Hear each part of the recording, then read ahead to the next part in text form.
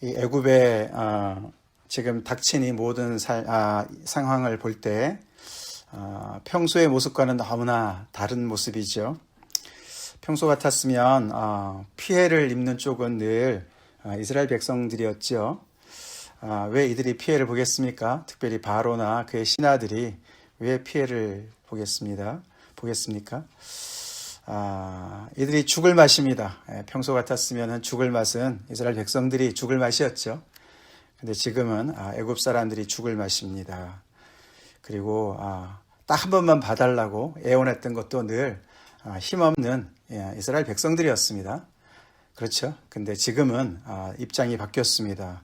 지금은 오히려 바로가 모세한테 빕니다. 그죠? 이번 한 번만 봐달라. 그리고 죽을 마시고 그 죽음의 두려움의 공포에 떠는 것도 평소 같았으면은 정말 이들은 당당했을 것이고 이스라엘 백성들이 오히려 두려웠을 텐데 지금은 완전히 입장이 바뀌었습니다. 오늘 우리가 이제 8번째 재앙, 이제 메뚜기 재앙의 본문에 들어왔습니다. 출애굽기 10장에 들어와서 그동안에 정말 그 모든 그들의 그 평소랑 굉장히 달라진 모습을 보게 되지요. 오늘은 특별히 이렇게 그 하나님께서 메뚜기 떼를 보내실 때 고센 땅에는 보내지 않았다 이런 표현은 없지만 우리가 우박도 그랬고 지금까지 보면 계속 구별했던 것을 우리가 볼 때에 우리가 상상을 해볼 수가 있죠. 분명히 하나님께서는 이 메뚜기 재앙에서부터도 이스라엘 백성들을 보호하셨을 것입니다. 그러니까 이 평소가 완전히 뒤집어졌어요. 그죠? 뒤집어졌어요. 그리고 오히려 이것이 지금 8번째, 지금 이렇게 하나님께서 구별하신 것이 3-4번째부터 구별하지 않으셨습니까? 그때부터 이제 이게 반복이 계속 되니까 이제 이것이 새로운 이제 평소가 된 것이죠. 일상이 되었습니다. 그래서 그동안에 오랫동안 내려왔던 그 평소가 뒤집어졌습니다. 일상이 뒤집어졌습니다. 이제는 이스라엘 백성들은 하나님의 보호를 받고 있었고, 그들은 안전하고, 그들은 이제 정말 그 미래가 있는 그런 생명을 얻는 구원을 얻는 그런 입장에 있는 사람들인데 있습니다. 그러나 이 애굽 사람들은 거기에 반해서 그들의 평소는 이제 정말 피해를 계속 입고 입다 이제는 정말 그들의 그 정말 위협, 이 생명의 위협까지도 그들의 그 존립의 위협까지도 받게 되는 그런 상황이 됐고 이제는 정말 죽을 만큼 힘든 그런 상황이 그들의 평소가 되었어요. 완전히 입장이 바뀌었습니다. 왜 그렇습니까? 이유는 딱 하나예요. 그죠? 왜 세상에 이렇게 힘 있는 자들이 또 권세 있는 자들이 왜 그런 피해를 입습니까? 요즘에도 우리가 보면은 이렇게 무슨 자연재해나 또 지금 코로나 사태도 마찬가지예요. 그죠? 코로나는 모든 사람들이 피해를 입지만 그래도 더 피해를 입는 것은 정말 가난한 나라들 아닙니까? 힘없는 사람들 아닙니까? 네, 그렇습니다. 그것이 이 세상의 평소죠. 평소입니다. 근데 이렇게 입장이 바뀐 이유는 딱 하나죠. 하나님이 인간 역사에 직접적으로 개입하신 이유가 딱 그 이유 하나죠. 그죠? 그렇습니다. 그러니까 이렇게 약한 자들이 오히려 보호를 받고 약한 자들이 오히려 미래가 있고 강한 자들이 오히려 이렇게 휴밀리에이트를 당하는 오히려 정말 수치를 당하는 그리고 이렇게 너무나 그들의 교만이 꺾이고 그냥 코가 납작해지는 그런 상황이 되었습니다. 그만큼 세상의 그 평소라는 것이 하나님의 질서를 거스르는 것이라고 볼 수가 있는 것이죠. 그죠? 그만큼 거스르는 거예요. 하나님께서 나타나셔서 하나님께서 새로운 평소를 만들어 가시는데 이 세상이 뒤집어집니다. 그만큼 세상의 평소와 일상이 하나님을 거역하고 하나님을 대적하고 하나님을 정말 대적해서 높아진 모든 것들인 것이죠. 세상이 한마디로 악한 것이죠.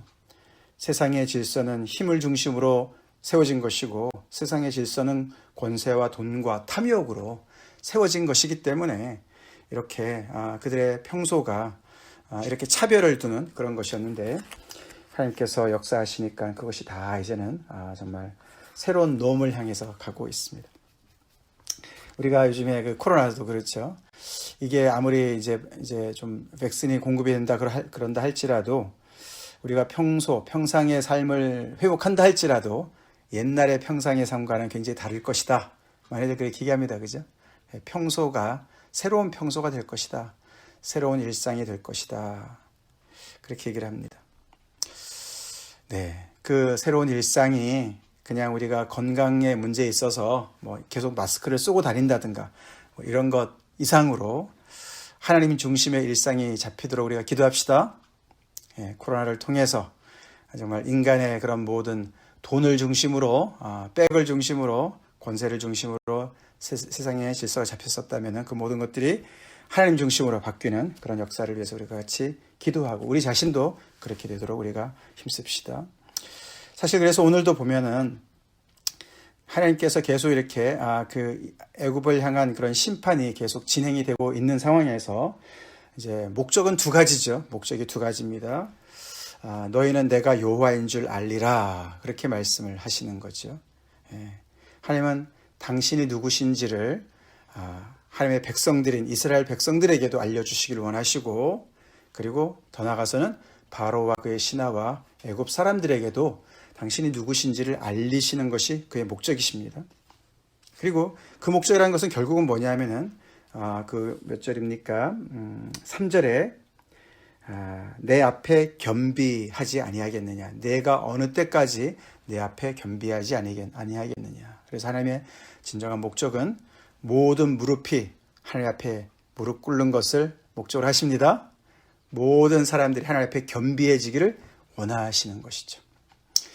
자기 자신들이 하나님을 떠나서 세워놓은 그 모든 질서와 평소를 포기하고 내려놓고 그것이 틀린 것을 인정하고 하나님 앞에 만왕의 왕이신 하나님 앞에 겸손하게 무릎 꿇는 것을 원하십니다. 그것이 바로 너희는 내가 여호와인 줄 알리라. 그것의 일부죠. 그것이 하나님의 목적입니다. 근데 오늘 이 여덟 번째 이 재앙인 이 메뚜기 재앙은 또 굉장히 길지요. 어저께 그 우박의 재앙이 가장 긴 스토리고 오늘이 이제 두 번째 긴 그런 기록인데 오늘 여기서도 이제 이렇게 좀 보면은 조금 다른 면들이 바로가 꽤 이제 참 반응을 합니다. 그죠? 오늘의 또 특징은 보면은 이렇게 경고 앞에서도 그가 반응을 한다는 것이죠. 거기 7절에 보시면은 이제 바로와 그 신하들이 반응을 하죠. 그 위에서 모세와 아론이 하나님의 말씀을 가서 전했을 때에 너네가 안 보내면은 결국은 이제 메뚜기가 너네 온 땅을 지면을 덮을 것이다. 그래서 우박을 면하고 남아있던 것, 그 조금 남아있는 것도 다 먹어 치울 것이다. 그리고 그뿐만 아니라 그 메뚜기가 애굽 사람들의 모든 사람들의 집에 바로의 집에도 모든 신하의 집에도 애굽 사람들의 집에도 다 들어가서 너무너무 너네가 힘든 그런 정말 삶을 살게 될 것이다. 그렇게 경고를 했고 내 조상이 이 땅에 있었던 그날로부터 오늘까지 보지 못하던 것이 벌어질 것이다 라고 경고를 했을 때 그것이 일어나지 않았는데도 그들이 먼저 반응을 합니다. 그래서 모세와 협상하려고 하는 내용이 7절부터 몇 절입니까? 11절까지 나옵니다. 그만큼 이제 어느 정도는 이제 학습이 된 거지요. 그동안에 이렇게 모세가 이야기했을 때 그것이 그대로 벌어지는 것을 알았어요. 그죠? 그래서 먼저 사실은 바로의 신하들이 바로한테 간청을 했습니다. 언제까지 이 모세가 우리의 올무가 되어서 우리를 이렇게 옥죄어서 우리를 망하게 하도록 할 것입니까? 빨리 이 백성을 보냅시다. 백성들이 그렇게 얘기를 합니다. 그러면서 왕은 아직도 애굽이 망한 줄 알지 못하십니까? 그렇게 바로한테 이제 정말 그렇게 간청을 하지요. 그를 나무라듯이 얘기를 합니다. 그러니까 거기에 대해서 이제 바로도 그 모세한테 협상을 하죠. 그래, 너네가 가긴 가는데 누구 갈 거냐? 이렇게 얘기합니다. 그죠? 그러니까 이제 모세가 아닙니다. 우리는 다 가야 됩니다. 남녀노소, 양과 소 하나도 남겨두지 않고 우리는 다 갈 겁니다. 이것은 완전한 이주입니다. 그냥 잠깐 여행 갔다 오는 게 아니라 우리는 출애굽을 떠날 것입니다. 애굽을 떠날 것입니다. 그렇게 얘기하니까 그거는 절대로 안 된다. 너네는 장정만 나가라. 만약에 너네 어린아이들이 같이 간다면은 그야말로 진짜 여호와가 너네를 도와주지 않으면 그런 일은 벌어지지 않을 거다. 그렇게 경고를 날리지요. 그래서 그들을 쫓아냅니다. 바로가. 그렇지만 하여튼 간에 그는 이렇게 그 메뚜기가 완전히 재앙이 덮을 때 그 전에 그는 먼저 이렇게 협상을 하려고 하는 정도까지는 왔어요. 여기 신하들이 얘기하는 걸 잠깐 우리가 살펴보면은 왕은 아직도 애굽이 망한 줄을 알지 못하시나이까. 바로도 지금 힘들지요, 그죠? 바로도 뭐 평소에 전혀 당하지 않았던 그런 경험하지 않았던 것들을 지금 계속 연타를 당하고 있으니까 특별히 그 전에 우박의 재앙과 이 지금 메뚜기 재앙은 연결이 되어지면 진짜 그 나라의 경제가 완전히 마비되는 거 아닙니까? 정말 망하게 생겼어요, 지금, 그죠? 그런데도 피해를 입지만서도 백성들만큼은 경험을 안 하는 것 같습니다, 그죠? 그렇죠? 이런 권력 구조 속에서 피해를 바로도 입긴 하지만 적게 입겠죠, 그죠? 백성들의 그 고충을 잘 모르는 것이죠. 위에 있는 사람들 잘 몰라요, 그죠? 신하들도 힘들지만 신하들은 바로만큼은 바로보다는 더 많이 경험하겠지만 백성들만큼은 또 아니겠죠. 그래서 바로가 이렇게 더 버팅기는지 모르겠습니다. 그렇죠. 재미있습니다. 모세가 우리의 함정이 된다. 그런 표현도 재미있는 표현이죠. 그동안에 누가 누구의 올무가 되었습니까? 이 애굽 사람들이 바로가 이스라엘의 그 민족의 올무가 되지 않았습니까? 그래서 그들을 마치 이렇게 정말 그 올무에 걸어가지고 계속 그냥 그들을 끌고 가듯이 그들을 노예로 잡았던 그런 바로인데 이제는 입장이 바뀌었어요, 그죠? 하나님께서 개입하시니까 오히려 그들이 올무에 걸린 그런 위치가 그런 처지가 된 것이죠. 여러 가지로 하나님께서 역사하시니까 평소의 모습이 달라졌습니다. 하나님께서 통치하시는 그 평소, 새로운 놈, 그게 바로 모든 무릎이 하나님 앞에 무릎 꿇는 그 때가 평소인 줄로 믿습니다. 새로운 평소는 그것일 것입니다.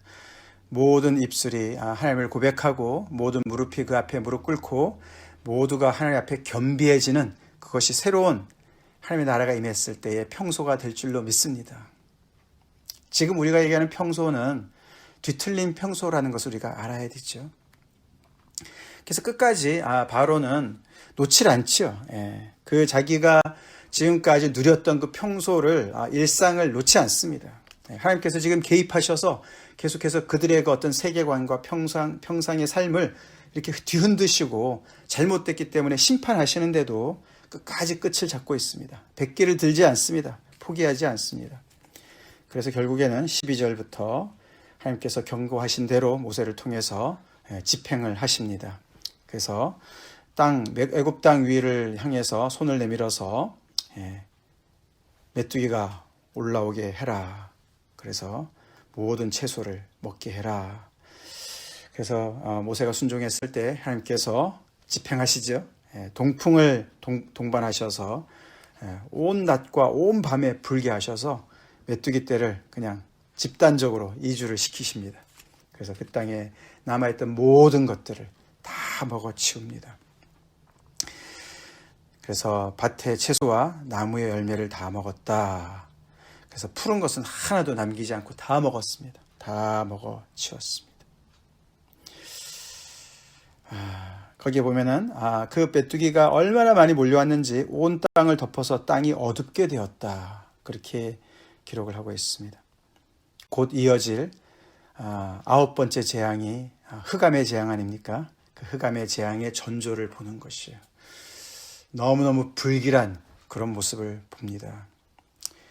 그래서 바로가 어제처럼 또다시 모세 아론을 급히 부릅니다. 다시 부릅니다. 그죠? 내가 잘못했다. 죄를 지었다. 얘기합니다. 이번에는 그가 급히 부릅니다. 아주 그냥 너무너무 이제 급한 거예요, 지금. 이것도 좀 바로가 좀 변한 모습이에요. 그리고 하나님께만 죄를 범했던 것이 아니라 너에게도 죄를 범했다. 이것도 바뀐 겁니다. 조금씩 뭔가 금이 가는 모습을 보긴 합니다. 그러나 이번에도 보면은 그렇죠. 이번만 나의 죄를 용서하고 우리가 이 죽음만을 떠나게 해라. 그렇게 얘기하지만 결국은 완전한 백기를 들지 않는 모습으로 또 오늘도 이렇게 마무리가 되죠. 여기서 여호와께 구하여 이 죽음만은 내게서 떠나게 하라. 이 죽음만. 그것은 장자의 죽음, 10번째 재앙의 전조를 보여주는 것이에요. 그걸 아시지만서도 하나님께서는 또 바로가 그렇게 얘기했을 때 또 모세가 구하게 되고, 그래서 하나님께서는 이제 서풍을 동반하셔서 그 메뚜기 떼를 다 홍해에다 몰아넣으셨습니다. 그것은 앞으로 이 이스라엘 바로의 군대가 홍해에 빠져 죽는 그런 또 재앙을 미리 보여주는 전조라고 또 볼 수가 있습니다.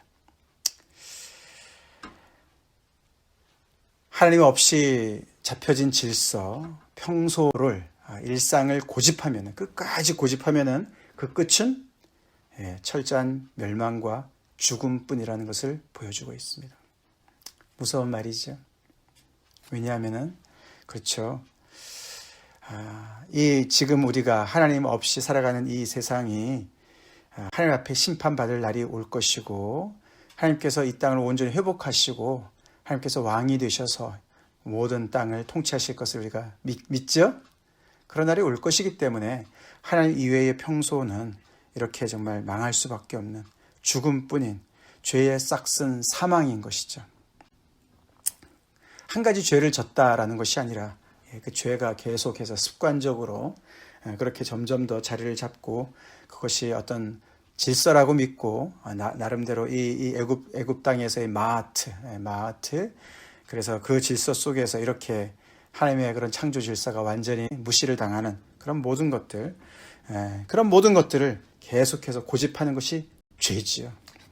그래서 하나님 앞에 겸손해지지 않는 이렇게 정말 힘들게 어려움을 당하는데도 불구하고 하나님 앞에 온전히 무릎 꿇지 못하는 그런 그 교만이 결국은 이렇게까지 가게 만들죠. 그 싹시 사망이다, 죽음이다, 그렇게 얘기를 합니다. 오늘 본문의 앞뒤에서 내가 그의 마음과 그의 신하들의 마음을 완강하게 할 것이다. 그래서 정말 이 죄를 끝까지 고집하는 자의 그 최후를 마치 보여주시기를 원하듯이 오늘 그리고 20절에도 마지막에 여호와께서 바로의 마음을 완악하게 하셨으므로 이렇게 표현을 하지요. 그래서 하나님의 주권을 강조합니다. 어떤 때는 바로가 자기의 마음을 스스로 완악하게 했다는 말도 나오지만 오늘 본문과 같이 이렇게 하나님께서 그들의 마음을 완악하게 하셨다, 완강하게 하셨다, 그런 표현이 나옵니다. 하나님은 두려운 분이십니다. 그렇죠. 자, 그래서 정말 이런 말씀을 우리가 보면서 우리는 어떤 평소를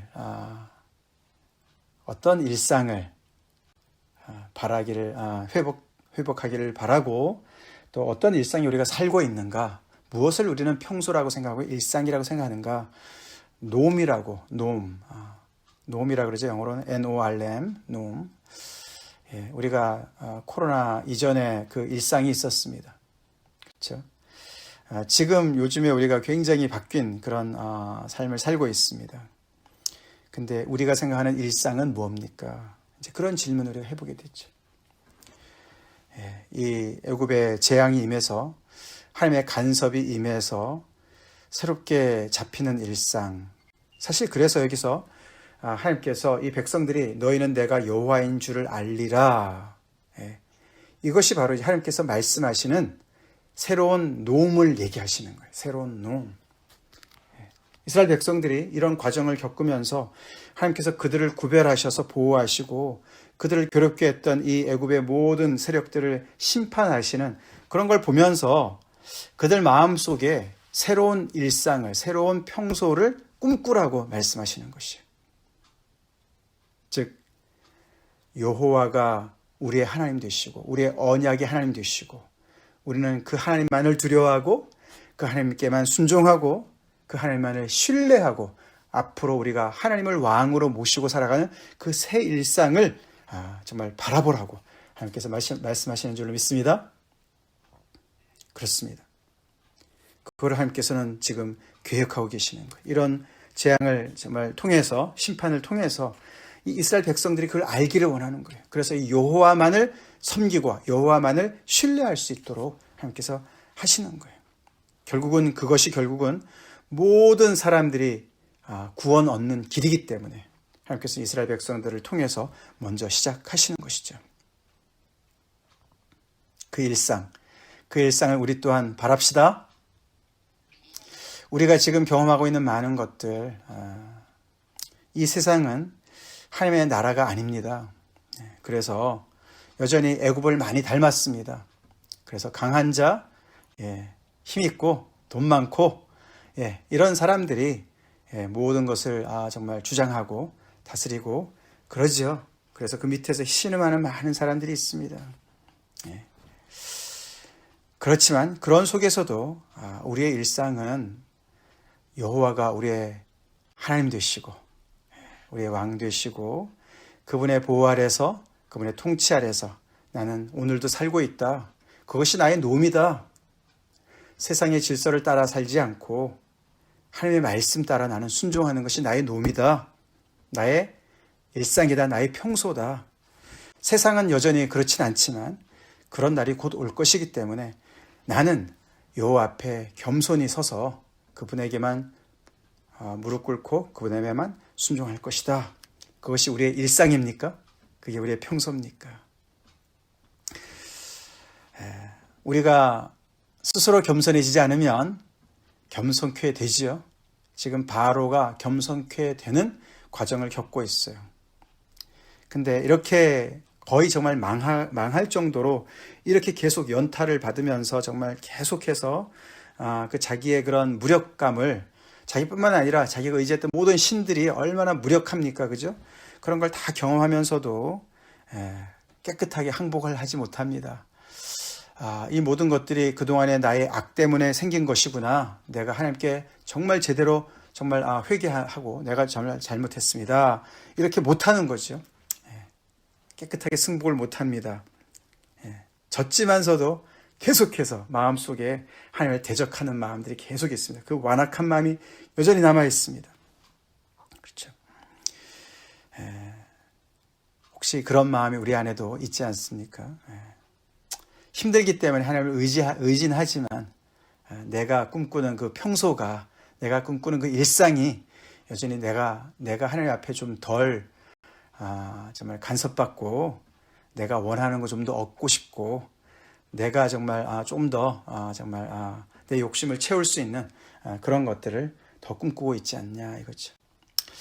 우리가 이 코비드-19을 지나면서 우리 믿는 사람들 다시 한번 하나님을 온전히 섬기고 그 앞에 겸손한 겸비한 그런 일상을 회복하는 은혜가 있기를 우리가 기도합시다. 그것이 믿는 사람들의 일상이 되어야 되겠습니다.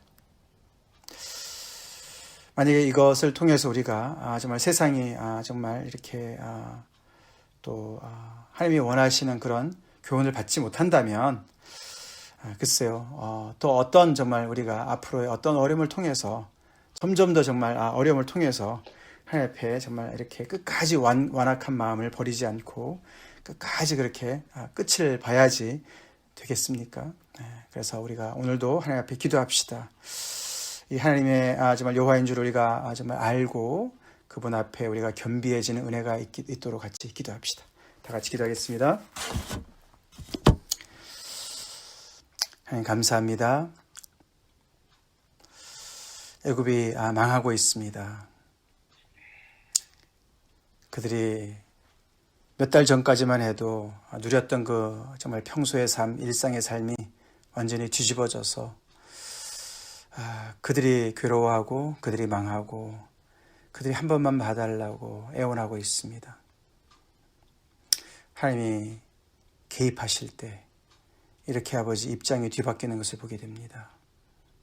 하나님, 저희 두려운 마음으로 하나님이 통치하시는 그 미래를 미리 앞당겨서 오늘을 살게 하여 주시옵소서. 그것이 우리의 일상이 되게 하여 주시옵소서.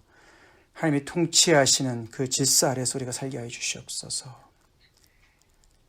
아버지, 애굽을 닮은 이 세상 하나님의 백성들이 닮지 않게 도와주시고, 애굽의 질서를 정말 아버지 세워나가는데 일조하지 않게 도와주시고, 주여 오늘도 여러 가지 아버지 채널을 통해서 하나님이 정말 아버지 여호와 되시고 하나님께서 통치하고 계시는 것을 보여주시는 아버지 그 앞에 스스로 겸비하게 도와주시고 주님 앞에 미리 무릎 꿇을 수 있는 아버지 그런 은혜를 허락하여 주시옵소서.